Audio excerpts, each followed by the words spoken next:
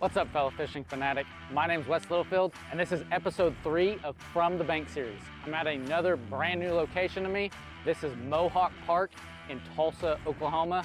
I've never fished here. Supposedly, it's a close to home fishing location, which means that our wildlife department is supposed to manage this for bass, catfish, and bluegill. I have no idea what to expect other than what I read on the Oklahoma Wildlife Department's website. So if you've been following along, you know that there's a few rules that I have to abide by when fishing at these locations. Number one is if I don't catch any fish on that lure, it's done for the rest of the year for this series. We're introducing a new rule today, and that's I've got a limited number of casts to actually catch a fish.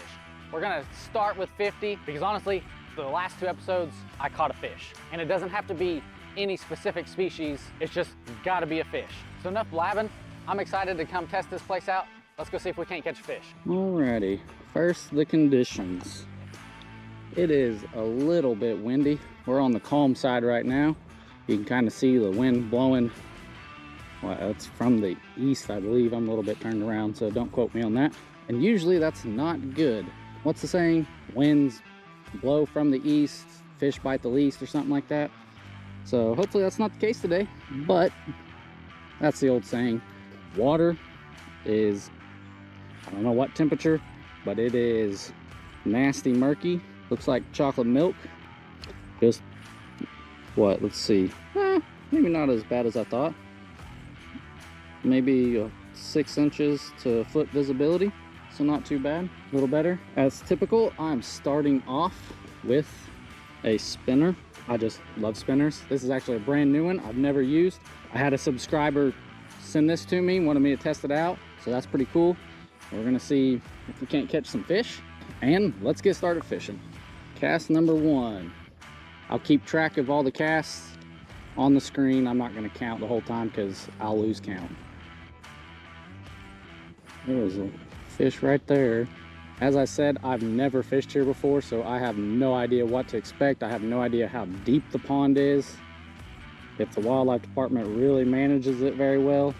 Well, that didn't work out.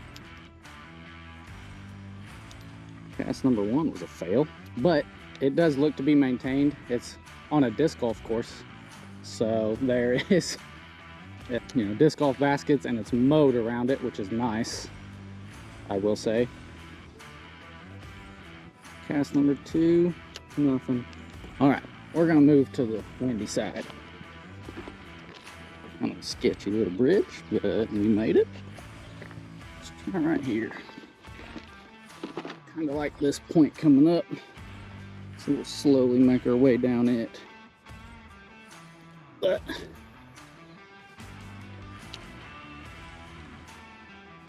maybe there's something hanging out on this bank.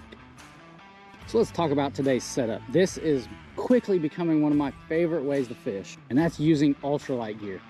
Now, honestly, this lure might be a touch heavy for my ultralight gear, but it's still within range. It's within reason that it's not too crazy. But what the heck do I mean by ultralight gear?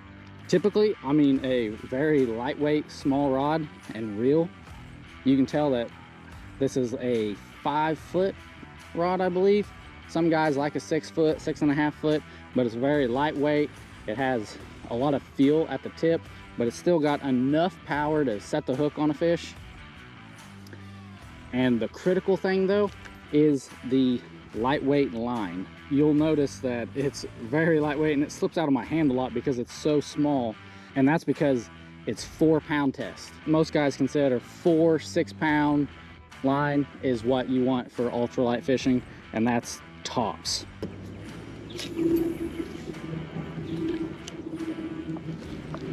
I prefer monofilament. I've used lightweight fluorocarbon, like 4 to 6 pound, and I just don't like fluorocarbon in general, like straight fluorocarbon in general, I should say. So it makes casting just more of a pain, and it jumps off the reel really bad, and just, it's not fun fishing anymore when you're using straight fluorocarbon. And with such small monofilament line, there's really no need to. This line is all twisty. Alrighty, as you'll notice, I've changed locations a little bit more on the wind-blown bank side directly, and I've also changed lures because number one, that lure was twisting up my line a little bit, and number two, I just wasn't getting any bites. So I've switched to a crappie jig, just a little soft plastic crappie jig. This one's purple. Actually, it's more clear with purple flake and a chartreuse tail. I like the purple flake because the water's a little darker. It gives it a little bit of silhouette, and then the chartreuse has a nice little contrast to it to where it just makes it pop just a little bit more. But this is a lot more subtle lure than I was using initially. So we'll see. On conditions like this, it's usually better to slow down. So that's why I've also got a bobber on. I'm just gonna cast it out there and let it drift back to the bank, see if we can't get a few bites. And I've completely lost count, so hopefully my editor will have kept track of all my casts, because I don't know where we're at. 10, 15, 20, I don't know. So I've talked a little bit about the setup, and I've talked a little bit about the don'ts, but I haven't talked about the why. Why the heck should you try ultralight fishing? And this is the reason why, is because number one, you catch a ton of fish. You catch a lot of fish. And who doesn't want to come out fishing and catch a bunch of fish? Well, ultralight fishing is the way to do that. That's because you do catch a lot of little fish. What I love about ultralight fishing is that those little fish are still really fun to catch because they still fight good, they put up a good fight. You're not just reeling them straight in like you would on a typical bass fishing rig. And you can still catch those big fish, even though you are having to weed through a bunch of little fish. Occasionally you'll run across the big fish, and it's just a lot of fun. It's a great way to introduce somebody to fishing. I love bringing my daughter ultralight fishing because, like I said, we catch a ton of fish, and then when she hooks into a 1, 2 pound, even 3 pound bass, it feels like a giant to her. She swears that it's 50 pounds and it's gonna pull her in, and it's just a lot of fun to see somebody's enjoyment from catching fish on an ultralight rod and reel. And I've been doing this for years, and I still get really excited from catching, you know, even what most people would consider a dink fish. It's still a lot of fun, which is why I recommend everybody should have an ultralight rod and reel. Another thing why everybody should own one is because they're not that expensive. You can buy a really good setup for 50 to 100 bucks, whereas that's just barely scratching the surface with a bass fishing setup.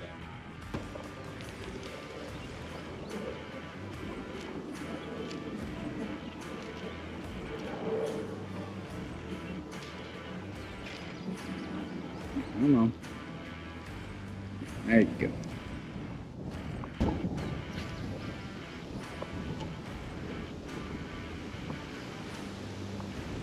So even though I'm not getting bites today with this setup so far, we've still got a few more casts to go. Maybe we'll get some bites and catch fish. But I do want to encourage you to test it out, because this is probably one of the best way to catch a wide range of species of fish, and it's just fun to use. I can't emphasize enough how fun it is to use. Alrighty, it's not looking good. Don't know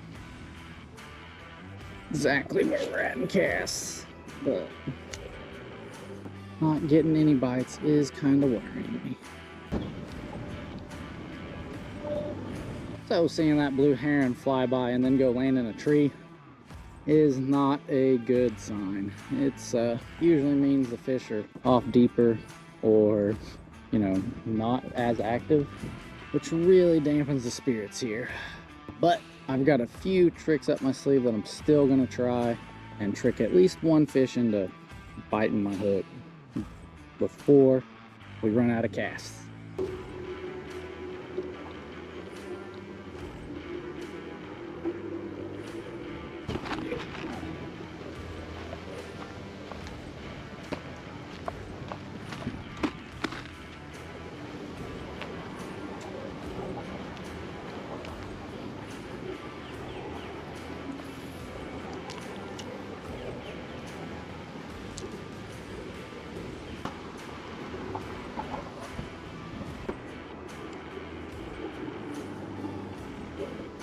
Just don't know. It's kind of scary right now.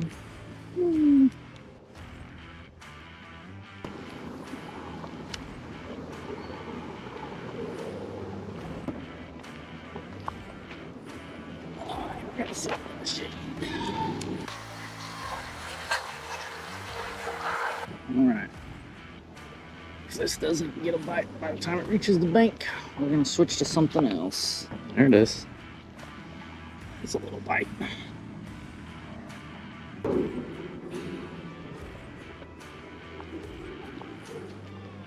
Alrighty.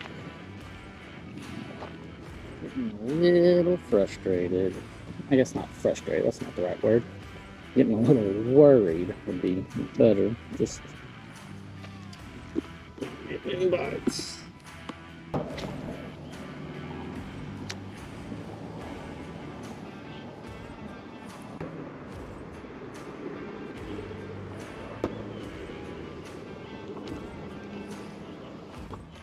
Ooh, I don't know if that was a fish. Don't think it was a fish.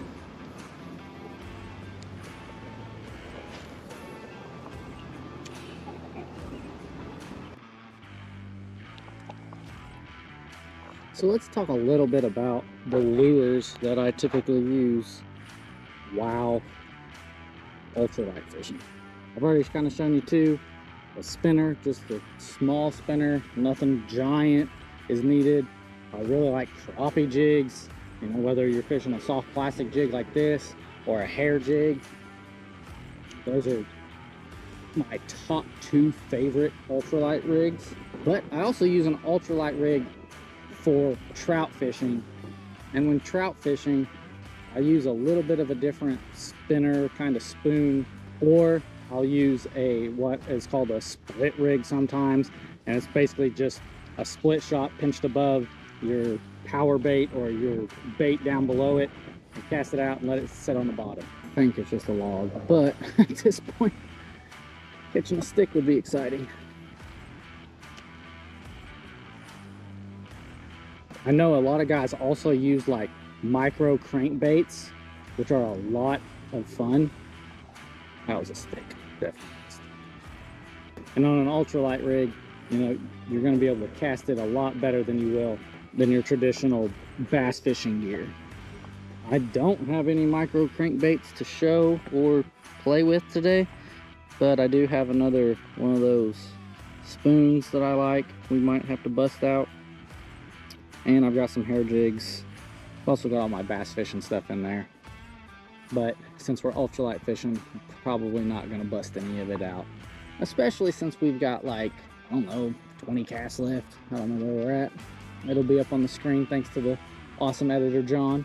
But while I've been standing here, I've noticed that there's a shady spot over there on the other side of the pond. And typically, shady spots are very good fishing spots just because the predators like to hide there, the bait fish likes to hide there, and they don't want to deal with the bright sun like it is today. So we're gonna walk over here to a shady spot and see if we can't find some fish. If not, we might be losing some lures today. That spot looks really good. We're gonna cast a few times over there. All right, I know I said the shady spot first, but that looked really good as I was walking over here. So we're gonna make a few casts here just for the sake of it. I never want to turn down a high percentage area. You know, if it looks fishy, go ahead, throw a lure in there a few times. Everybody else is probably throwing a lure in there and there's really not any fish in this spot, but it's still worth a shot.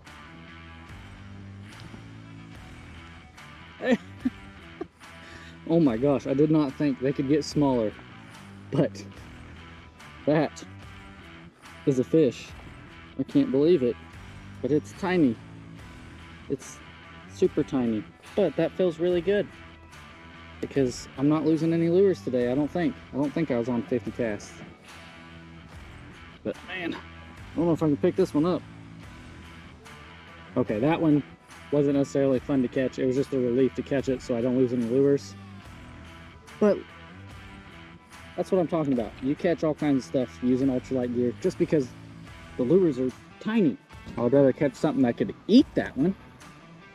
But now we can sit back and relax a little bit. That's something. Feels more like a stick. I was right. So what the heck was I doing to get that bite? I was actually just hopping this jig on the bottom. So you notice I'll cast it out there. I'll let it sit for a second. The wind's blowing, so I got to reel in some of the slack. Let it set, sink all the way to the bottom, reel up the slack, and pop it off the bottom, except for I'm on a stick again. Get off of there. Stick fish are not what we want. But if you're getting hung up, sometimes that's a good sign, because fish like to be in nasty areas like that. Hard to reach, areas where other people will not cast. But you get hung up like that sometimes. And that's 3 casts in a row getting hung up.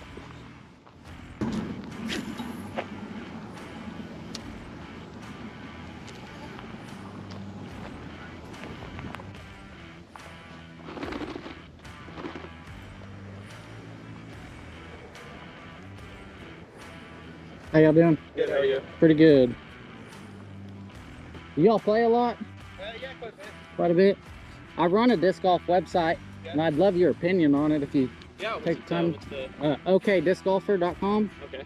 I've got a writer who writes a bunch of tips and stuff, and then, but I'm always looking for input on how to improve it. So, yeah, if you guys had one that, you know, was bait really, but I caught it. That's about it. I read that the wildlife department supposedly stocks it and stuff, and I hadn't seen any proof of it yet. Awesome, I appreciate it.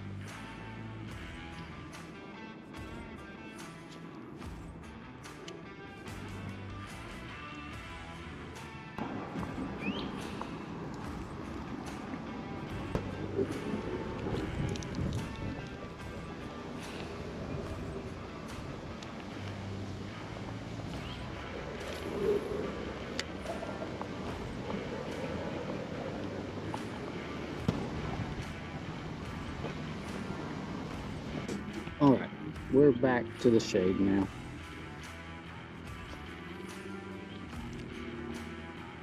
So fishing a shady area is great because, like I said, predator fish use the shade as cover, protection from the birds up top, and just to kind of blend in a little bit better. And the little fish use it for the same exact reasons, hiding from predator fish and hiding from the bigger birds up top.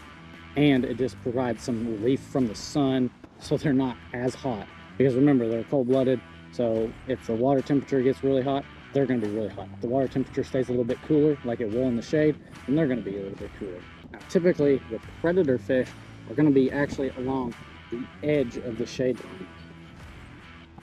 And the bait fish are going to be a little bit further back, maybe even along the bank, or in the middle.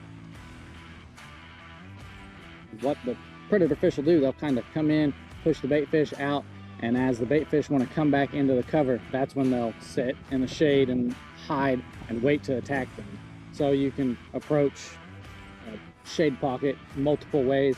A big one like this, you know, you can hit several areas coming into the shade. If you've got a kayak or a boat, you can approach it from outside and from the bank out of the shade. And I've had really great days doing that on the kayak. But since this series is dedicated to the bank angler, we don't really have that option unless you go on either side of it, cast into the shade, and come out of it. So I'll take a cast outside of it, down the bank. I'm just gonna hop it back in to this shade pocket. It felt like something. Nothing big. Oh. I don't know what that was. Oop. I missed it. It was definitely a bite. Same kind of area. I was a little further out, but right there on the shade line. See, on a smaller shade pocket, you can usually get away with like casting into the middle, but on these bigger shade pockets, I really seem to find that the fish hang out more on the edges of them. unless the water's just really hot. Then at that time, they will move a little bit more into the deeper part of the pocket per se.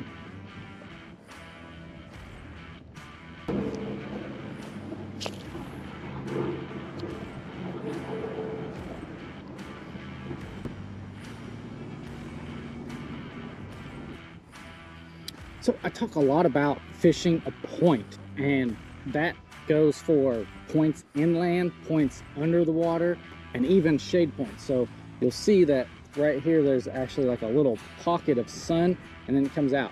Well, these fish, predator fish, typically like a bass, when I say predator fish, something like a bass or something, will sit somewhere through this pocket here on and set up on one of these points. So there's a point on the right side and the left side of this little pocket. Those are excellent places to at least make a few casts, just to ensure that nothing is sitting there. So what I'm trying to say is that a big shade pocket like this, sometimes you need to dissect it. It's not just, okay, cast. It's, oh, well, there's actually more sun here. Fish it a little differently than you would, say, where there's not as much sun. Let's take a few casts. I don't think it's a bass.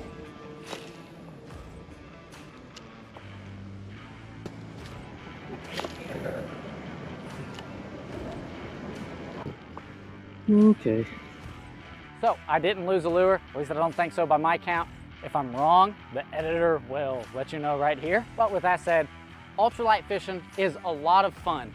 And even on hot, sunny days like this, when fish just really don't want to bite, you can usually get a bite out of it. Now, granted, I struggled today.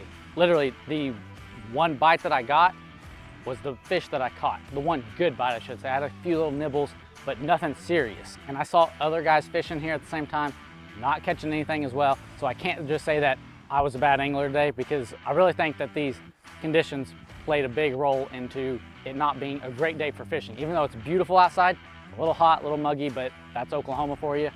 It's still a beautiful day, and I want to be on the water, but it's just not an ideal day to catch a bunch of fish. With that said, I'm not making excuses. I also think that these close to home fishing locations aren't quite managed up to my standards. Now I get it, the wildlife department's got a lot to manage. It's not like they're just managing a handful. There's several of them all over the state, but I want to see areas that really excite people to go fishing at. And so far, I just haven't found that at one of these close to home fishing locations. But that's gonna do it for this episode of From the Bank. If you wanna see more, I've actually got a couple other episodes that I'll leave linked right here. And I can't wait to see you next month for another episode from the bank.